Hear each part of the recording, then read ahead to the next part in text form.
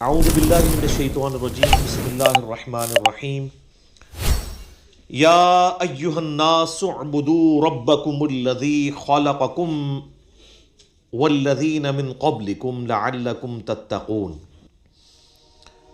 میرے بھائیو، اس سے پہلے جو 20 آیات گزری ہیں ان میں اللہ تبارک و تعالیٰ نے انسانیت میں جو 3 گروہ ہیں، نمبر 1 اہل ایمان، نمبر 2 وہ لوگ جو جان بوجھ کے کفر اختیار کرتے ہیں، اور نمبر 3 منافقین، ان کا ذکر کیا تھا۔ اب یہ پوری وہ تمہید کے بعد اس رکوع کے اندر آیت نمبر 21 سے آن ورڈ آیت نمبر 29 تک یہ مسلسل اب یہ جو 9 آیات ہیں یہ قرآن حکیم کی دعوت ہے اپنے مخاطب کو، کہ قرآن اپنے مخاطب سے کیا چاہتا ہے، اللہ تعالیٰ کی کیا ریکوائرمنٹ ہے، یہ کتاب کس لیے نازل ہوئی ہے، انبیاء کے آنے کا مقصد کیا ہے، اس دنیا کی زندگی کا آخر انجام کیا ہونے والا ہے۔ یعنی پوری کی پوری جو ایک ڈاکٹرن ہے دین کی، وہ اس ایک رکوع کے اندر 9 آیات کے اندر بڑی زوردار طریقے سے بنیادی جو باتیں جو انسانوں کے علم میں ہوتی ہیں اس کی بنیاد کے اوپر بیان ہوئی ہیں۔ اسی لیے آپ دیکھیں اس کا خطاب، اگرچہ یہ صورت تو مدنی ہے اور مدنی صورتوں کا اسلوب زیادہ تر یا ایھا الذین آمنوا کے ساتھ ہوتا ہے، لیکن چونکہ یہ پوری انسانیت کو دعوت دی جا رہی ہے، اس لیے ان آیات کا جو سٹارٹ ہے وہ پوری انسانیت کو مخاطب کر کے ہے۔ یا ایھا الناس، اے پوری انسانیت، اے لوگو، اعبدوا ربکم، عبادت کرو اس رب کی، الذی خلقکم، جس نے تمہیں پیدا کیا، والذین من قبلکم، اور جو تم سے پہلے لوگ گزر چکے یا جو اگلے لوگ گزر چکے ان کو بھی اسی نے پیدا کیا، لعلکم تتقون، تاکہ تم ڈر سکو، پرہیزگار بن سکو۔ سارے انبیاء کی دعوت کا مقصد، ساری الہامی کتابیں نازل ہونے کا ایک ہی مقصد ہے کہ عبادت اس رب کی کرنی ہے۔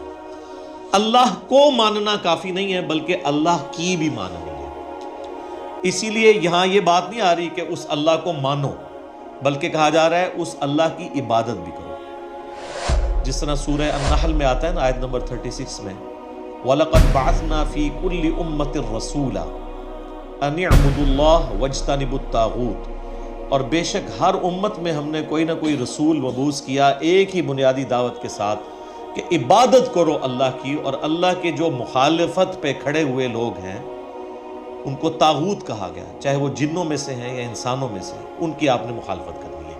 یہ ساری الہامی کتابوں کی دعوت کا خلاصہ، تمام انبیاء کی دعوت کا خلاصہ ایک اللہ کی عبادت ہے۔ عبادت کہتے ہیں ٹوٹل اوبیڈینس کو، یعنی صرف اللہ کو ماننا کافی نہیں بلکہ اللہ کا مکمل تابع فرمان بننا ہے۔ اور اسی کے پیرلل میں ایک ٹرم ہے جو وقت کے پیغمبر کے لیے استعمال کی جاتی ہے، اس کو ہم کہتے ہیں اتباع۔ قل ان کنتم تحبون اللہ فاتبعونی یحببکم اللہ، اے نبی تم فرما دو کہ اگر تم لوگ یہ دعویٰ رکھتے ہو کہ اللہ سے محبت کرتے ہو تو پھر میری یعنی وقت کے پیغمبر کی اتباع کرو، پھر اللہ بھی تم سے محبت کرے گا اور تمہارے گناہوں کو بھی معاف کر دے گا۔ تو اتباع میں بھی صرف پیغمبر کو مانا نہیں جاتا بلکہ پیغمبر کی پیروی بھی اختیار ساتھ کی جاتی ہے۔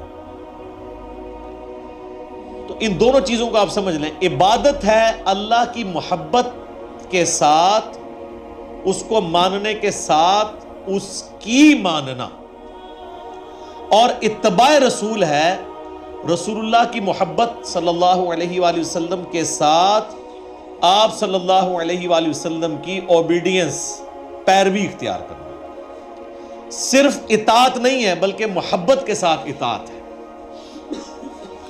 اطاعت پلس محبت اللہ کے کیس میں ہو تو عبادت ہے، اور اطاعت پلس محبت رسول اللہ کے کیس میں ہو صلی اللہ علیہ وآلہ وسلم تو یہ اتباع رسول ہے۔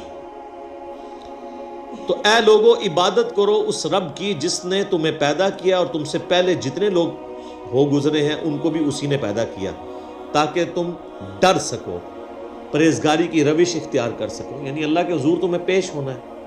یہ وہ بنیادی بات ہے جو کسی بھی انسان کو دعوت دینے کے لیے پہلی چیز ہی یہی ہونی چاہیے توحید کے اعتبار سے، کہ اس اللہ کو مانو اور اس اللہ کی مانو جس نے تمہیں پیدا کیا۔ سورہ طور میں بھی آتا ہے نا کہ کیا یہ لوگ بغیر کسی کے بنائے پیدا ہو گئے ہیں یا انہوں نے اپنے آپ کو خود پیدا کیا؟ ہائے ہائے، دو ہی پاسبلٹیز ہو سکتی ہیں نا، یا انسان اپنا کریٹر خود ہو یا اس کو کسی نے پیدا نہ کیا ہو۔ تو یہ تو کیس کوئی نہیں ہے کہ کسی نے پیدا نہیں کیا۔ اس کی وجہ یہ ہے کہ پیدا ہونا ہماری نگاہوں کے سامنے ہے۔ ہمارے ماں باپ نے ہمیں پیدا ہوتے ہوئے دیکھا ہے اور ہمارے ماں باپ کو ان کے ماں باپ نے پیدا ہوتے ہوئے دیکھا ہے، تو کریشن تو ہوئی بھی ہے۔ تو کیا ہماری پیدائش جو ہے وہ ہمارے ماں باپ ذریعہ ضرور بنے ہیں، لیکن ان کو تو نہیں پتا کیسے پیدائش ہوئی ہے۔ وہ اللہ ہی ہے جو پرفیکشن کے ساتھ مخلوقات کو بناتا ہے، ان کو تو بالکل پتہ نہیں ہوتا۔ مخلوق جو پیدا ہو چکی ہے اسے خود اپنے بارے میں نہیں پتا کہ اس کے اندر کیا کچھ چل رہا ہے، سوچ بھی نہیں سکتا۔ آج اگر سائنس ہمیں یہ باتیں ٹروتھ ریویل نہ کرتی، اس کائنات کے بڑے بڑے حقائق، تو ہم کبھی امیجن بھی نہیں کر سکتے تھے کہ کتنی یہ کمپلیکس کریشن ہے، کوئی بھی زندہ چیز ہے۔ اس پہ تو گھنٹوں بولا جا سکتا ہے۔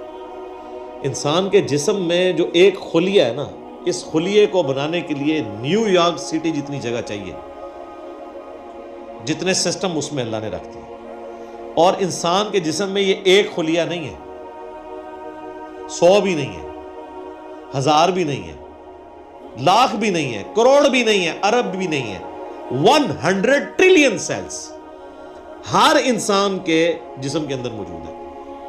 100 ٹریلین، 1 ٹریلین 1000 ارب کے برابر ہوتا ہے۔ 100,000 ارب خلیے ہر انسان کے جسم میں، اور ان سارے خلیوں تک آکسیجن بھی پہنچتی ہے اور یہ زندہ ہے۔ ان کی ڈویژن ڈسٹرب ہو جائے تو کینسر ہے، یہ خلیے مر جائیں اور نئے اس کی جگہ پیدا نہ ہو تب بھی وہ ڈیڈ ہو جائے گا باڈی کا وہ حصہ۔ اور سائنٹسٹ کہتے ہیں کہ اتنا بڑا فگر ہے کہ اگر انگلینڈ جیسے 30 ملک ہوں اور 30 کے 30 ملک صرف درختوں سے پر ہوں اور کوئی چیز وہاں نہ اگی ہوئی ہو، تو ان درختوں کے جتنے پتے ہوں گے نا، یہ 100 ٹریلین ہے۔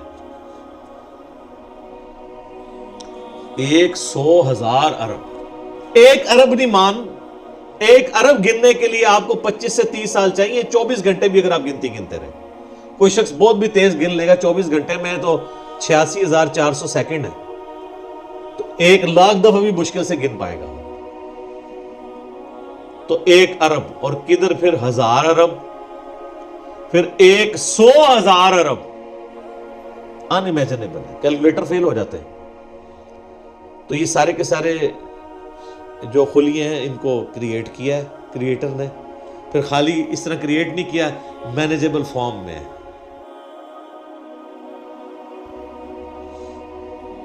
یہ خلیوں نے کیا خود ڈیسائیڈ کیا تھا کہ ان خلیوں نے مل کے آنکھ بننا ہے، ان خلیوں نے مل کے دل بننا ہے؟